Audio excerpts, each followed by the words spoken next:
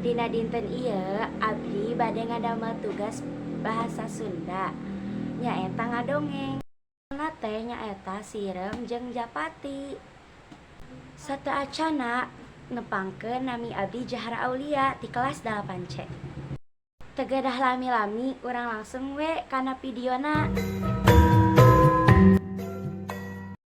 Sirem jeung Japati.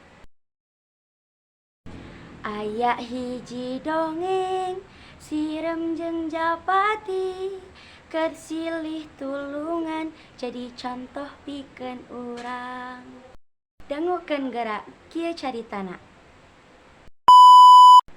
Aya Sirem rek nginum di sisi walungan keur ngarayap ka handap. Manehna disoledat blugrag-grag kana cai. Hadena caina rada ngayembe parebah dinya mah. Tapi keukeuh bae ari ngojay ka sisi mah manehna teh bisaeun. Ieu kuring ati keureup tulungan. Kabeneran aya Japati anu keur cindeteun dina dahan kai anu nyodor kaluhureun cai. Kadenge aya Sirem gogoroan menta tulung. Barang ngeureulek ka handap ka tenjo aya Sirem keur kokosehan. Japati karunyaeun geleber hiber bari ngegel daun salembar. Song diasongkeun daun teh ka hareupeun Sirem. Sirem tuluy nguntal kana daun. Daun ku Japati dibawa ka darat sok digolerkeun kana taneuh. Sirem pohara nganuhunkeunana ka Japati anu geus ngalepaskeun manehna dina bahaya.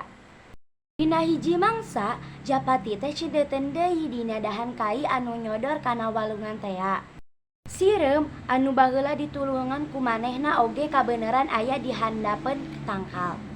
Harita ti kajauhan aya paninggaran nyampeurkeun nempangna teh sabari keteuteuyepan.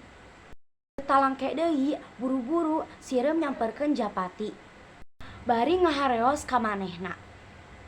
Hei Japati, buru-buru geura hibar tuh aya paninggaran nu keur ngintip. Paninggaran geus ngawangkal beudilna, teu lila Japati buru-buru galeber hiber. Isukna Japati papanggih deui jeung Sirem. Nuhun pisan sakadang Sirem, kuring geus ditulungan ku anjeun leupas ti balai. Ari eta mah kawajiban sararea, nulungan batur nu rek meunang calaka eta wajib. Komo ieu mah kuring ayana hirup keneh teh kulantaran geus ditulungan ku anjeun. Tah kitu cenah dongeng anu ngeunaan Sirem jeung Japati anu akut jeung silih tulungan. Di gaduh sisindiran kieu geura. Itu lain nang layangan, manuk heulang puputeuran, hirup teh henteu sorangan, kudu daek silih tulungan. You can do it! Pesan moral anu tiasa dicandak dina dongeng ieu teh nyaeta. Tulungan batur anu rek meunang cilaka teh eta wajib.